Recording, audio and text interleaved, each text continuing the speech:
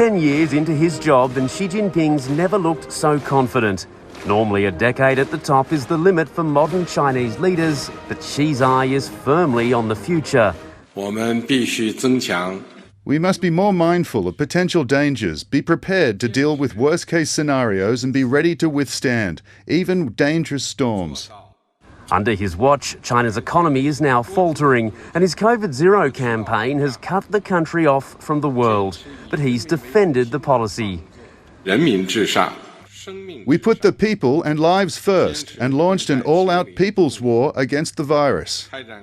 Few expect the COVID-0 push will ease, nor will Xi's drive to build the world's largest surveillance state.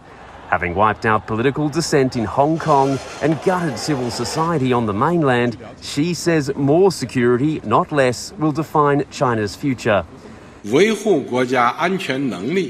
strengthen the ability to safeguard national security, firmly safeguard the security of national power, of the system and of ideology. This was a speech steeped in Marxist rhetoric and a clear sign China's turn back towards hardcore ideology under Xi will continue. He urged the nation's diplomats to keep up their fighting spirit and received the biggest applause on threats to annex Taiwan. We insist on the prospect of peaceful reunification, but we will never promise to give up the use of force. It's a goal many wonder if Xi himself seeks to achieve as leader, because when this Congress ends next weekend, he's expected to be cemented more firmly than ever at the top.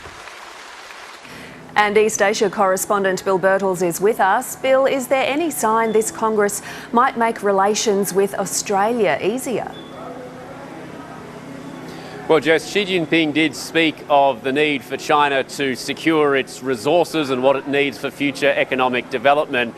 That perhaps is a little bit of a hint that Beijing might be willing to reopen the door to some of those exports that it banned as part of an economic coercion campaign against Australia. But really, it wasn't very specific, the language that he used.